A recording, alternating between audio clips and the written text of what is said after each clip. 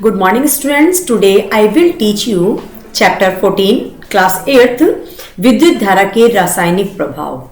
जैसा कि आप सभी पहले भी स्टडी कर चुके हैं, पेरेंट्स के साथ भी डिस्कस करते ही होंगे, आपको सबको मालूम होगा कि विद्युत से मतलब हमारा बिजली से है। और आज के टाइम में बिजली का यूज घर घर में अत्यधिक होता ही है। बिना बिजली के जैसे जीवन ही नहीं है।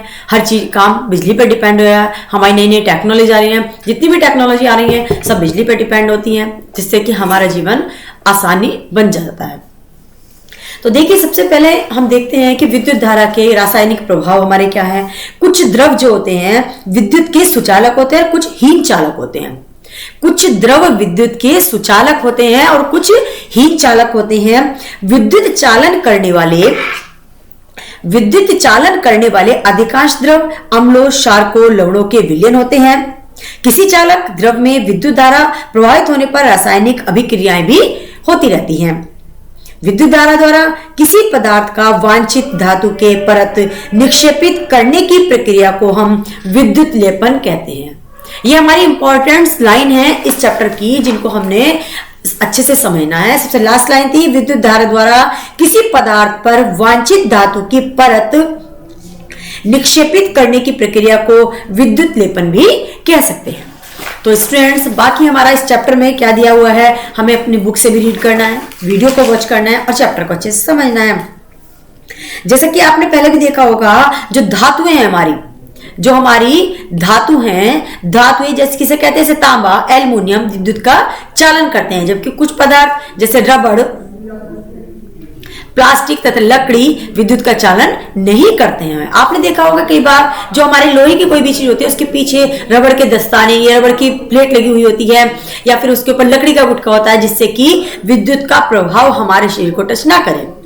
अभी तक हमने अपने संपरीक्षित टेस्टर के केवल उन पदार्थों की जांच की थी जो ठोस अवस्था में थे, लेकिन द्रवों के प्रकरण में क्या होता है, क्या द्रव भी विद्युत चालन करते हैं, इसकी हम जानकारी आज चैप्टर में स्टडी करेंगे। हमारा इंपॉर्टेंट पॉइंट आता है 14.1, क्या द्रव विद्युत चालन करते हैं। यह जांच करने के लिए कि द्रव अपने से होकर विद्युत धारा को प्रवाहित होने देते हैं या नहीं, उसी संप्रेक्षित के बारे में स्टडी हम कर रहे हैं। आपने देखा होगा कि हम जब कभी नंगे पैर बिजली के तारों को छुएंगे तो करंट हमारे शरीर को पकड़ के और हमें झटका दे सकता है।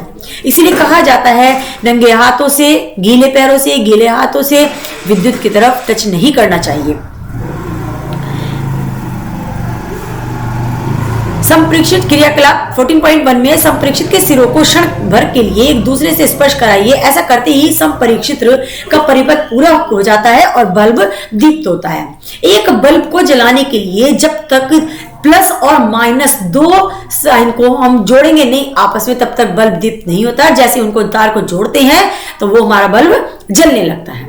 आपने देखा होगा, ध्यान से देखेंगे बल्ब के अंदर एक बारीक सा जो तार होता है, जिसको हम इंग्लिश में कहते हैं फिलामेंट, और वो फिलामेंट धातु से बना होता है, जिसको हिंदी में कहते हैं तंतु।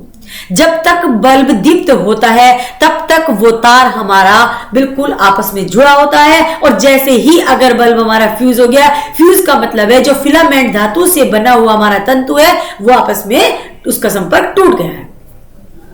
इसी तरह से संप्रेक्षित भलीभांति कार्य करने लगे। इसका उपयोग विभिन्न द्रव्यों का परीक्षण करने के लिए भी कर सकते हैं, लेकिन आपके लिए इंस्ट्रक्शन है, अपने संपरीक्षित की जांच करते समय इसके तारों के स्वतंत्र सिरों को केवल कुछ क्षणों के लिए से अधिक स्पर्श न कराएं, नहीं तो बैटरी के सेल अत्यंत शीघ्रता से समाप्त हो जाएंगे। एक्टिविटी 14.2 में बेकार फेंकी गई बोतलों के, प्लास्टिक या रबड़ के कुछ ढक्कन एकत्र करके उन्हें साफ करिएगा। एक ढक्कन में एक चाय के चम्मच के बराबर नींबू का रस या सिरका उड़ेलिए। अपने संपरीक्षित को इस ढक्कन के समीप लाकर उसके सिरों को नींबू के रस या सिरके में चित्र 14.2 की तरह से डालिएगा। दोनों सिरों परस्पर 1 सेंटीमीटर से अधिक दूरी पर नहीं होने चाहिए, लेकिन इसी के साथ साथ वे एक दूसरे को स्पर्श भी न करें। क्या संपरीक्षित का बल्ब दीप्त होता है? क्या नींबू का रस या सिरका विद्युत का चालन करता है? नींबू के रस या सिरके को आप सुचालक या हीन चालक में से किस वर्ग में रखेंगे? जब संप्रेक्षित के दोनों सिरों के बीच का द्रव अपने से विद्युत धारा को प्रवाहित होने देता है तो संप्रेक्षित का परिपथ हमारा पूरा हो जाता है। परिपथ में विद्युत धारा प्रवाहित होती है तथा बल्ब हमारा जल जाता है। जब कोई द्रव विद्युत धारा को अपने से प्रवाहित होने नहीं देता है तो संपरीक्षित का परिपथ पूरा नहीं होता है और बल्ब दीप्त नहीं होता है। कुछ स्थितियों में द्रव के चालक होने पर भी संभव हो सकता है कि बल्ब दीप्त न हो। ऐसा क्रियाकलाप 14.2 में भी हो सकता है। इसका क्या कारण हो सकता है? क्या आपको याद है कि बल्ब से विद्युत धारा प्रवाहित होने पर वह दीप्त क्यों होता है? विद्युत धारा के ऊष्मीय प्रभाव के कारण बल्ब का तंतु उच्च ताप का तक गर्म होकर दीप्त हो जाता है। तथापि यदि परिपथ में विद्युत धारा दुर्बल है तो तंतु पर्याप्त गर्म हो पाने के कारण दीप्त नहीं होता है। अब आप ये जानना चाहेंगे कि किसी परिपथ में विद्युत धारा दुर्बल कब हो जाती है। यदि भी कोई पदार्थ विद्युत का चालन कर सकता है परंतु यह संभव नहीं है कि धातु की भांति आसानी से विद्युत हमारा चालन कर पाता हो, जिसके कारण संपरीक्षित्र का परिपथ तो पूरा हो जाता है लेकिन फिर भी इसमें प्रवाहित विद्युत धारा बल्ब को दीप्त करने के लिए दुर्बल हो सकती है। क्या हम कोई ऐसा अन्य संपरीक्षित्र बना सकते हैं जो दुर्बल धारा को भी संसूचित कर सके?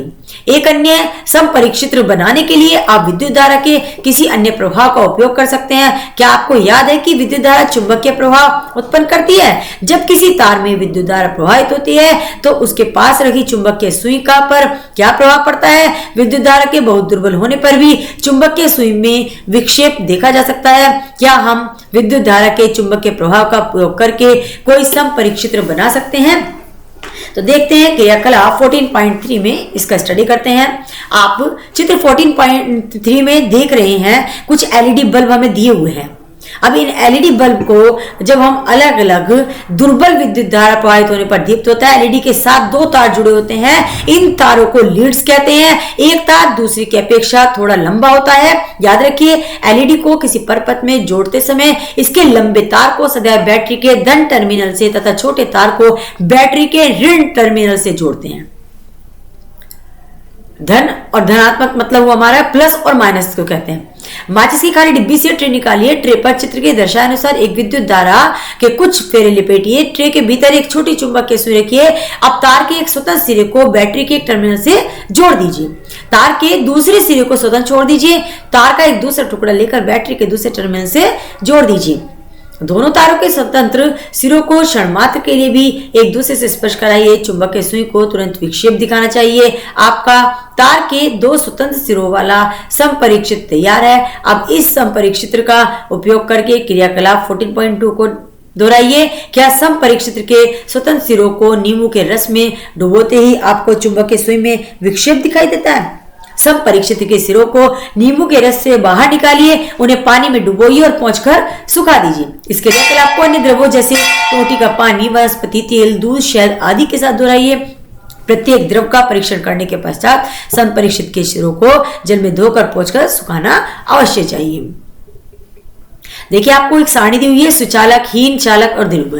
आपको अपनी सारणी में चुंबकीय सुई विक्षेप दर्शाती है या नहीं, सुचालक हीन चालक है, वो आपको यहाँ पर मेंशन करना होगा। जब संपरीक्षित्र हम ये भी देखते हैं कि कुछ द्रव विद्युत के सुचालक होते हैं और कुछ हीन चालक होते हैं। जब संपरीक्षित के स्वतंत्र सिरे एक दूसरे को नहीं छूते हैं, संभव है कि उनके बीच में वायु हो, ये भी हो सकता है, या फिर ये हो सकता है इसी से प्रेरित होकर भूजन ने यह भी जानना चाहा कि क्या हीन चालकों की श्रेणी में रखे अन्य पदार्थ भी विशेष परिस्थितियों में अपने से विद्युत को प्रवाहित होने देते हैं।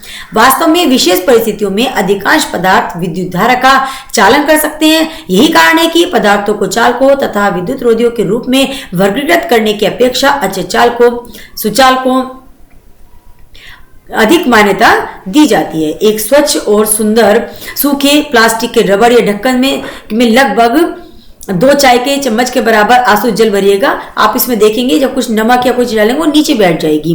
जब हम आंसू जल में नमक घोलते हैं तो हमें नमक का घोल प्राप्त होता है। ये विद्युत का अच्छा चालक है। जो जल हमें नल, हैंड पंप और कुओं, तालों आदि से प्राप्त होता है वह शुद्ध नहीं होता। इसमें अनेक तरह के लवण पाए जाते हैं। तो स्टूडेंट, आज के इस पीरियड में हम अपने चैप्टर को यही स्टॉप करते हैं। आगे का चैप्टर नेक्स्ट टर्न पर होगा। आई थिंक सभी को वीडियो अच्छे से वॉच करनी है, बुक को रीड करना है। Thank you everyone.